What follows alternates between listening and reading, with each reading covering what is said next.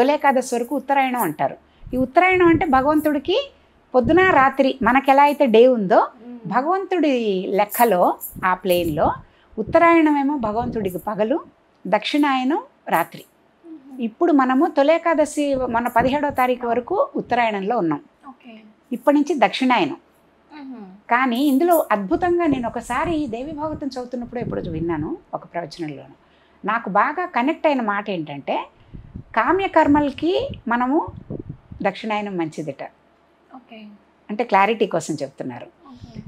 మోక్షం కోసం మనకి ఆధ్యాత్మికంగా ముందుకెళ్ళడానికి ఉత్తరాయణం మంచిదిట. అంటే భీష్మేకాదశి మీకు గుర్తుండి ఉంటుంది. భీష్ముడు అంపశయ్య మీద అన్ని రోజులు యుద్ధం చేసి పడుకున్నాక ఇచ్చామరణం అనే వరం ఉంది కాబట్టి ఉత్తరాయణం వచ్చాకే పోతాను అని చెప్పి తన వెయిట్ చేశాడు. ఎందుకు? మోక్షం వస్తుందని.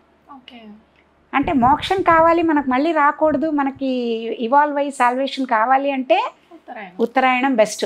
భగవంతుడికి పగలు. అప్పుడు మనం కూడా వెళ్ళి భగవంతుడికి మళ్ళీ జన్మ లేకుండా భగవంతుడితో కలిసిపోవాలి. దక్షిణాయనం కామ్యకర్మలకి మంచిది. అంటే ఏంటి? అమ్మవారికి నేను పూజ చేసుకుంటా, అమ్మ మా ఆయన దీర్ఘాయుషుగా ఉండేటట్టు, ఆయన నా సౌభాగ్యం ఆయన బతికుండడంలో ఉంది కాబట్టి నేను నా సౌభాగ్యం నిలబెట్టుకుని ఆయన బాగా ఉండాలి, నా పిల్లలు బాగా ఉండాలి అని నేను చేసే వ్రతాలు, నోములు, పూజలు, ఉపవాసాలు, దీక్షలు అన్నీ శ్రావణ మాసంలో వస్తాయి. ఇప్పుడు చేసుకునేవి ఇవన్నీ చేసినందువల్ల, అంటే ఫర్ ఎగ్జాంపుల్ శ్రావణ మాసంలో ఏమేంటి ముఖ్యం?